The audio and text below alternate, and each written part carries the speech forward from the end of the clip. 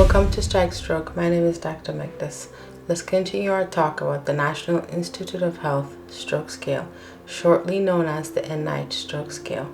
The NIHSS Stroke Scale is a standardized tool used to assess the severity of stroke in individuals having and help guide in treatment. It is meant to be objective and reproducible. Today, we're going to look at the sixth component of the NIHSS Stroke Scale, named as motor leg.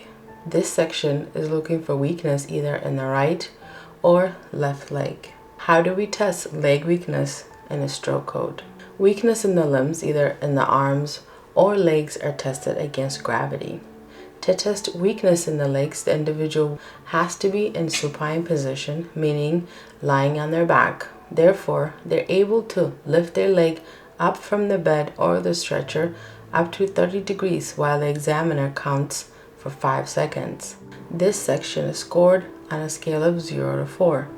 0 means that the individual is able to lift the leg up and hold it up against gravity for 5 seconds without showing any signs of weakness, such as drift.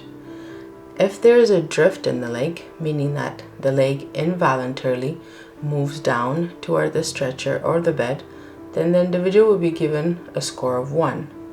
A score of 2 is given to an individual who is able to lift their leg up against gravity, but they're not able to hold it up, and that the leg does drift down within 5 seconds and hits the bed. A score of 3 is given to an individual who is unable to lift their leg up against gravity, so they have no effort against gravity.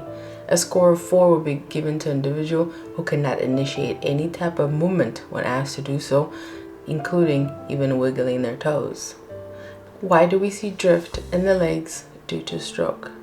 Drift in the limbs is a sign of weakness, and the severity of weakness depends on the severity of the stroke.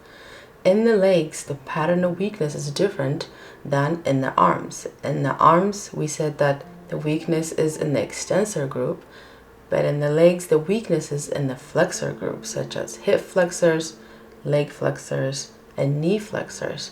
Such muscles involve the iliopsoas, quads and hip flexion, the semimembranosus or tendinosus or the hamstrings, and knee flexion. These muscles, when they become weak, we see the pattern of weakness when the leg will drift down because the flexors are not able to hold the leg up against gravity. Overall, the pattern of weakness that we see in the limbs due to stroke has adaptive advantage. So after suffering a stroke, depending on the severity, the individual, after a while, might be able to maintain mobility with the new position that the body has adopted.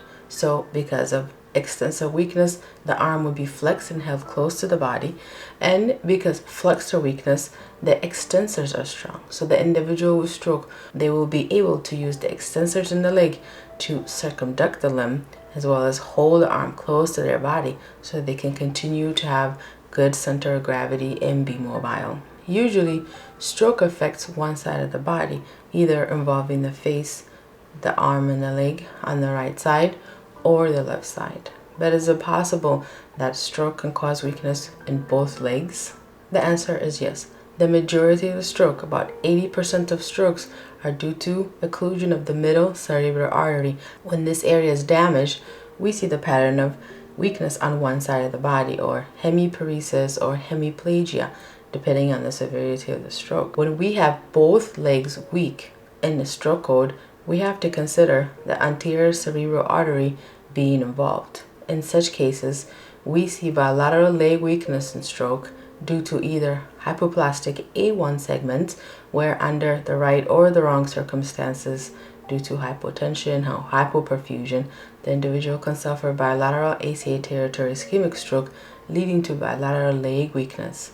Additionally, if they have a vascular anomaly where both of the A1 segments and A2 subsequently and A3 could branch out from one of the anterior circulation or one of the internal carotid artery from the circular wheels, and if that is compromised, then we can see the pattern of weakness involving both legs. Weakness in both legs also leads us to think about spinal cord acute ischemic infarct, leading to an anterior spinal cord syndrome. Thank you for watching.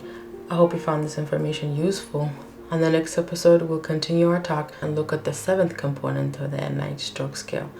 Always remember to dial 911 if you or someone near you suddenly can't see, can't speak, can't walk, or can't feel.